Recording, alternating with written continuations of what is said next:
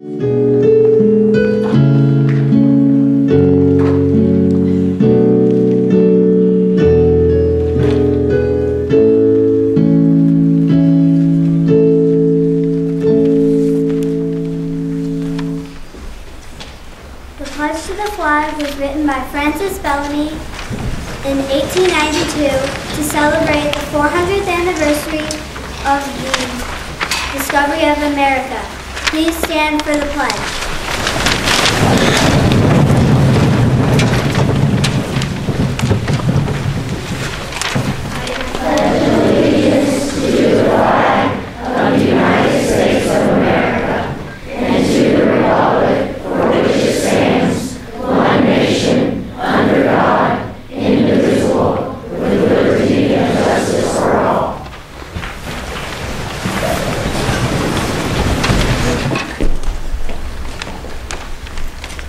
The tune of America has been known here and in Europe for over 2 centuries.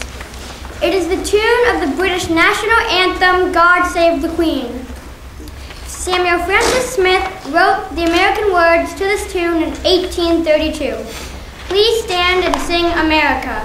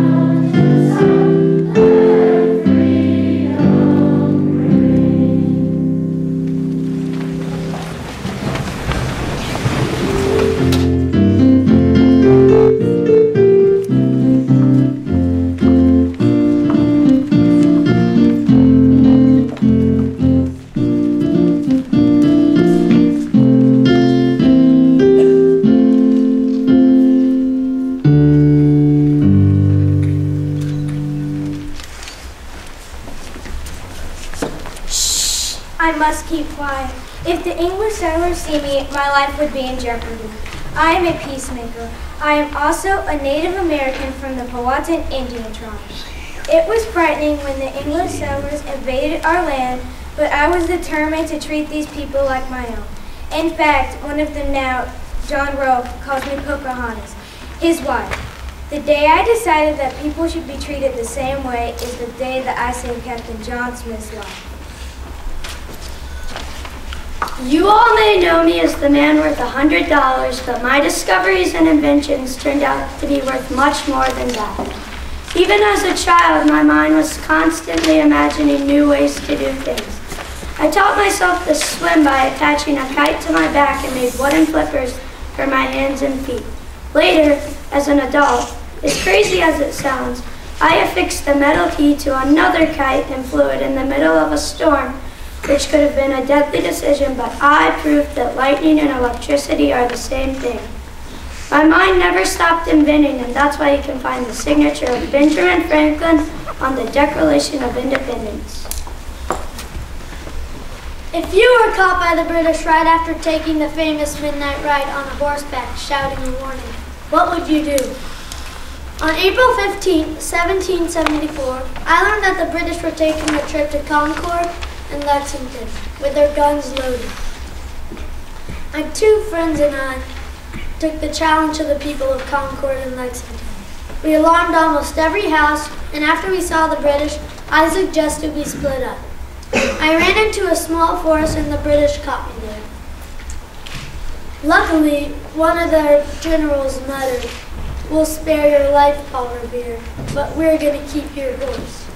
All this happened over 230 years ago, but still to this day, I'm warning, the British are coming, sparks patriotism in all Americans. Me? Lost? Me, Daniel Boone, lost? As a pioneer hunter and frontiersman, I have never been lost. Although I've been bewildered for a couple of weeks. I blazed the wilderness trail westward. What does blaze mean? You are the first. You figure it out the best way, and you have to move a lot of fallen logs so others can follow you. I met my wife Rebecca right here in Yakima Valley. She stayed home with my 10 kids while I was blazing as far away as Tennessee and Missouri. Most Americans may know me as the first president of the United States. Later in life, did you know I was a farmer? I loved to grow potatoes, tomatoes, and tobacco. I loved the presidency, but my Vice President John Adams and I had many disagreements. Most people know about the George Washington who was always honest. I was also stubborn and hard-headed, as my generals in the Revolutionary War could tell you. To illustrate how different times were when I was alive, I had terrible teeth and had to get wooden dentures, which unfortunately splintered my mouth. Not very dignified, but even presidents can have bad teeth. I lived in the most exciting period of U.S. history. We were always afraid that our ships would be attacked or British troops would come to Boston. Growing up, I was very stubborn and disliked school. Who would have guessed that I'd become a lawyer and then the second president of our new country? Once 5 British soldiers started shooting, or as we called them, redcoats and bloody backs started shooting into a crowd gathered out on the streets. They were tried in court, but no one would defend them. Finally, I offered to defend them. 3 of the bloody backs thanked their lawyer, John Adams, while the other 2 branded on the thumb. Ouch! We hold these truths to be self-evident that all men are created equal. I wrote those words that are still repeated over 200 years later. But I was also an inventor, a farmer, and father at the University of Virginia. One part of my life that I've never quite been at peace with is the conflict over slavery. As Thomas Jefferson, the lawyer, I fought for the rights of runaway slaves. In my heart and in my mind, I knew that slavery was wrong, but I had my own slaves helping me run Monticello, my house. To this day, that part of my life's journey has been a point of great debate. What do you think? Grizzly bears were rarely seen by white settlers until President Thomas Jefferson sent me to lead the great exploration to parts unknown in what is now called the American West. Those bears were truly wild and charged my expedition many times during our 3 years trek. Even though I put my signature, Meriwether Lewis, on many of my paintings of the native plants, birds, fish, and animals, I found I could never get a grizzly bear to sit still long enough for a pose.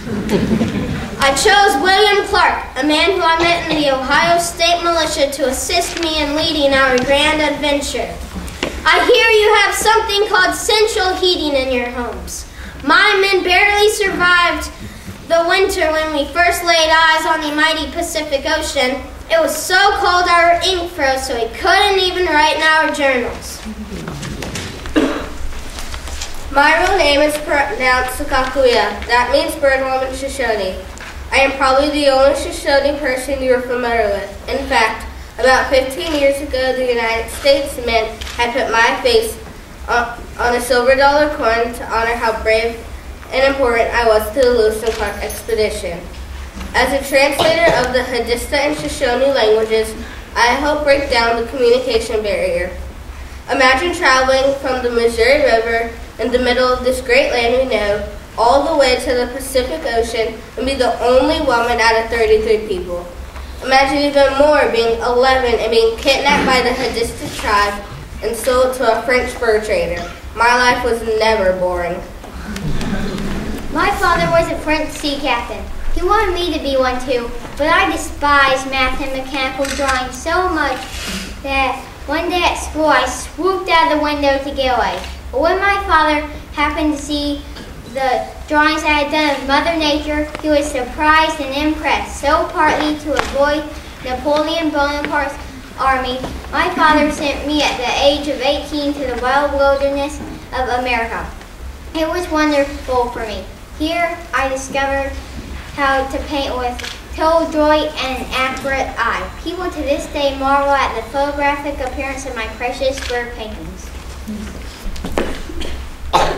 Today, when women go to cast their ballot, I hope they think of me, Lizzie Stanton. I never in my lifetime had that privilege, but I knew it was unfair that half of America's population couldn't vote. My father was a lawyer, and as a child, I found myself exploring his law books. I would pester him with questions like, why can't mother vote like you? And my father would just shrug his shoulders, shake his head, and say, that's just the way it is, child. But that wasn't okay with me. I spent a lifetime championing women's rights.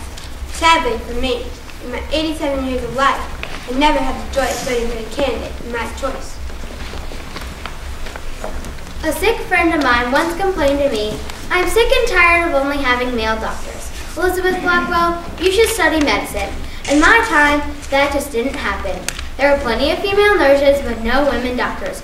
Perhaps I could be the first? So I applied and applied and applied 29 times to medical colleges, but all rejected me. At last, Geneva Medical College's male students voted me in as a joke. I proved to those men that I was just as great as them. So I began my journey as America's first woman doctor. American Civil War is forever linked with my name, Harriet Beecher Stowe, because of a book I wrote called Uncle Tom's Cabin, a book that changed many lives. My purpose of this certain book was to raise the awareness of how tremendously cruel slavery was. My book angered people who cared greatly of slavery and encouraged the Civil War, even though that was not my intent. When I was very famous for my book, I received a package which stunned me. It contained a slave's ear and a note that said, if you don't stop writing cruel things about slavery, this is what happens to the slaves. I was flabbergasted. But in fact, early in my life, I went to my aunt and grandma's house. They had 2 former slaves as servants that got bossed around. Even then, when I was 5, I knew how wrong it was. I'm Ulysses S. Grant. I was a general during the Civil War and defeated Robert E. Lee. People thought I was a butcher because I was not afraid to let my men die in battle, but I was nice too. When Robert E. Lee surrendered to me, I let all the generals all the officers keep their weapons and all the soldiers keep their horses and mules for farming. And I also sent food and coffee to these starving soldiers. I was president for 2 terms, but I did not enjoy being president. Before I died, I worked hard to complete a book about my life to make sure my family had enough money before I died. I love my family, and they're the most important part of my life. Around the South today, you will find many Confederate statues representing me, General Robert E. Lee. But did you know I was offered to lead the Union Army in the Civil War? I turned it down so I could instead lead my beloved Southland. I was an effective general because I was a strategist. I carefully planned out battle attacks. At Appomattox, Virginia, I reluctantly surrendered to General Grant. I rode my horse Traveler, stood tall, handsome, in my best suit. In contrast, shorter Grant wore a ragged, torn uniform. And if someone looked at the 2 of us, they would think I won the war. There's a memorial built to honor my life in Washington, D.C. and one in the reflecting pool. You'll find my name on many things in our country. For instance, you'll find my face both on the penny and the $5 bill.